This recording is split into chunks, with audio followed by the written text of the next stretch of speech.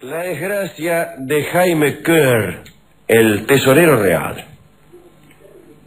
Vamos a ubicarnos en Francia. El rey Carlos VII, que era el rey aquel de Juana de Arco, ¿no? Estaba casado con María de Anjou.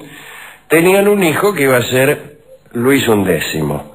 Ya contamos hace tiempo que Carlos VII tenía un amante que se llamaba Agnès Sorel. Era dama de compañía de la reina. La crónica ha dicho que era la mujer más hermosa de esos tiempos. Y también se ha dicho que las arterias temporales del rey inquietaban a la corte por su extraordinaria hinchazón cuando pensaba en ella. La reina ignoraba los amores de su esposo, pero una noche parece que María de Anjou andaba por el palacio y vio que Agnès Sorel paseaba por los corredores con el busto descubierto, por decirlo así. Esa falta de compostura le hizo pensar que la muchacha había conquistado en la corte un lugar importante, porque nadie anda exhibiéndose de esa manera si no ha conseguido un lugar importante en el palacio. Y después la reina se enteró y confirmó el infortunio que sospechó después de aquella visión. Agnès Sorel murió muy joven, tenía 28 años, y el rey quedó medio trastornado. Pero después de la muerte de la favorita, sucedieron unos hechos que son los que hoy contaremos. Aquella muerte se produjo de un modo tan repentino que mucha gente dio en hablar de homicidio. Se murmuraba que Agnès Sorel había sido envenenada, mitad porque estaba de moda en aquel tiempo creer que todos los que se morían súbitamente era por efecto de un envenenamiento. Y tuvieron entonces la necesidad de encontrar un culpable. Primero señalaron al delfín Luis, al hijo del rey. Algunos recordaban que el heredero había detestado siempre a Agnès Sorel porque temía su influencia sobre el rey. El cronista Monstrelet escribió que Carlos VII sabía del odio que Luis tenía contra la favorita. En muchas ocasiones Luis había protestado porque ella gozaba mucho más de los favores del rey que su propia familia. El rey no escuchó estas protestas, el delfín se enojó y entonces todos creyeron que había decidido, en virtud de aquel enojo, acortar los días de Agnès Sorel. Decían incluso que en alguna oportunidad había intentado matarla, que la había perseguido con un cuchillo en la mano y que ella se había escondido en la habitación del rey. Después de la muerte de Agnès, algunos pidieron que se investigara entonces al delfín, pero el rey no lo hizo.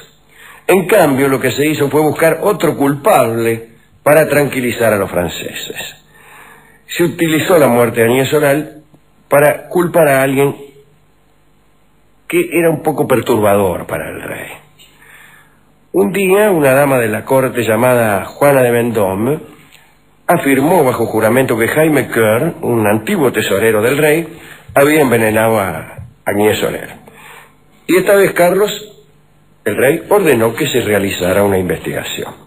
Una semana más tarde, Jaime Coeur fue detenido en su casa y presentado ante un extraño tribunal formado por jueces muy poco recomendables. Esa detención, que causó una gran sorpresa en todo el reino, sin embargo tranquilizó a muchos otros, porque el acusado era un acreedor del rey, que además había prestado fuertes sumas a varios otros altos personajes de la corte. El rey y aquellos deudores pensaron que una condena arreglaría muy bien sus negocios. A su vez, los jueces creyeron que condenando a Jaime Coeur ganarían importantes aliados. Esto de mandar a decapitar a los acreedores era cosa muy corriente, no en aquellos años, pero sí durante toda la Edad Media. Por otra parte, sí, en aquellos años también. Este asunto perjudicó muchísimo a los judíos de todas partes, porque en general, dado a que con mucha frecuencia se dedicaban al préstamo y eran banqueros, resulta que muchos personajes muy poderosos eran sus deudores, y estos personajes prohijaban un antisemitismo que convenía a sus intereses, ¿no? Y armaban o fomentaban justamente sentimientos antisemitas para que estos banqueros cayeran en desgracia o fueran expulsados o lo que sea, y de ese modo evitar el pago. El caso es que se celebró nomás el proceso. Por supuesto, se empezó por la acusación contra Jaime de haber envenenado a la favorita. Pero las pruebas que aportó Juanita de Vendôme eran inconsistentes, incluso a los ojos de los peores enemigos del acusado. Pero ya que lo tenían ahí, los jueces decidieron condenar a Jaime Coeur por cualquier cosa. Todos los que podían sacar algún provecho comparecieron cobardemente para acusarlo. Centenares de testigos se precipitaron a la sala del consejo. Y Jaime Coeur, estupefacto, se vio acusado de asuntos de lo más extravagantes y absurdos. Se lo acusó de haber vendido armas a los infieles, de haber exportado moneda francesa al Levante y fabricado escudos demasiado ligeros con el oro real, de haber usurpado dones que varias ciudades del Languedoc habían regalado al soberano, de haber cometido fraudes, de haber enrolado a la fuerza marinos para sus galeras, y una dama lo acusó de haberle encajado una patada al perro. Desde luego los jueces condenaron a Jaime Coeur por malversación de fondos. Pero para no dar al pueblo la sensación de que era inocente del asunto principal, declararon con perfidia que preferían condenarlo por fraudes económicos para no impresionar al rey con un envenenamiento que daban por seguro. Jaime Coeur, que había sido uno de los mejores servidores de la corona y un amigo de Agnès Sorel, fue torturado y encarcelado, pero se salvó de la muerte. Coeur pudo sobornar a un guardia y huyó de la prisión. Llegó a Roma y allí encontró refugio y protección del Papa. Los historiadores aseguran que Jaime Coeur no era culpable por una razón muy sencilla. Agnès Sorel no murió envenenada. Según los médicos que han estudiado los síntomas que relatan los cronistas, parece que Agnès murió a causa de la disentería de las parturientas. Poco antes de morir, la favorita había dado a luz un hijo del Reinaldo. De todos modos, aquella necesidad del pueblo, que indignado por una muerte pedía que se encontraran culpables, dio resultados a Carlos VII y a sus cortesanos. Las deudas que tenían con Jaime Coeur, que vivió hasta su muerte fuera de Francia, nunca fueron pagadas. Esta es la historia de este desgraciado acreedor. Me dirá usted, ¿cuál es la moraleja de esta historia? Yo le contestaría apresuradamente que ninguna. Pero, como por contrato, estas charlas tienen que tener alguna moraleja. Sí, señor. Como han llegado enviados de la dirección de la radio para verificar el carácter edificante de estos programas, podríamos inventar alguna. A ver. La primera es no prestarle plata a los que tienen más que uno.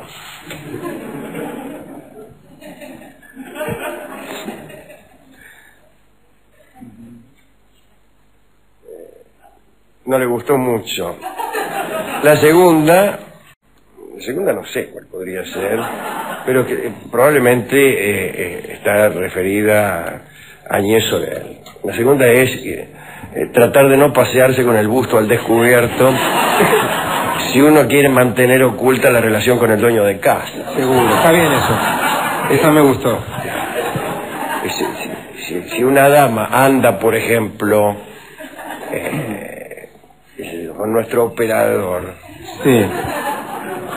Digo, para no comprometerlo a usted ni a Estrona. Muchas gracias. Que con Edgardo. Con Edgardo Mirabale, por ejemplo. Sí. Le convendrá a esta dama, si es que quiere ocultar ese romance, no ir a la casa de Mirabale y pasearse por los corredores, si es que los hubiere, con el busto al descubierto, porque inmediatamente aparece la suspicacia. Sí. No falta el que piensa mal, No falta el que dice, si esta se pasea con el busto al descubierto delante de todo el mundo en esta casa, seguro que anda con Mirabale. Seguro. Lo que no hará fuera de la casa. Claro. Es decir, que todas las mujeres que se pasean con el busto al descubierto andan con Mirabale. Tal es el significado. Cuando una mujer exhibe sus encantos de esa forma, lo que nos está diciendo es, ando con Mirabal. Porque a qué negarlo, a Mirabal le gustan las mujeres que se pasean con el busto al descubierto. Es cierto, yo no lo quería decir. Y es la segunda persona más interesada en esa clase de mujeres.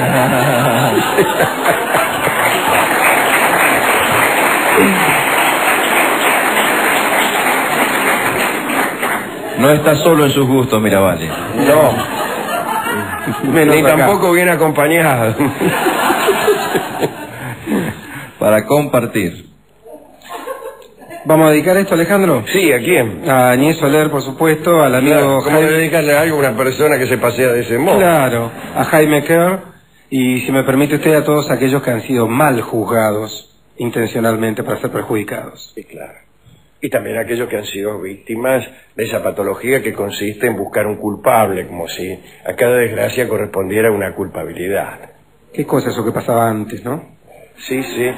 Por suerte, ahora no suceden estas calamidades. Bueno, hemos ido a la discoteca, le explicábamos esto de las deudas al discotecario y encontró una chacarera que da cuenta de deudas y de la forma de saldarlas.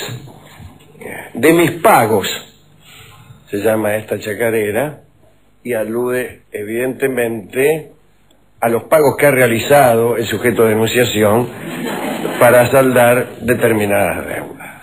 Así que escucharemos a los Huancahuá, no en la samba de mis pagos, sino en la chacarera que se llama De mis pagos fáciles. Adelante, muchachos.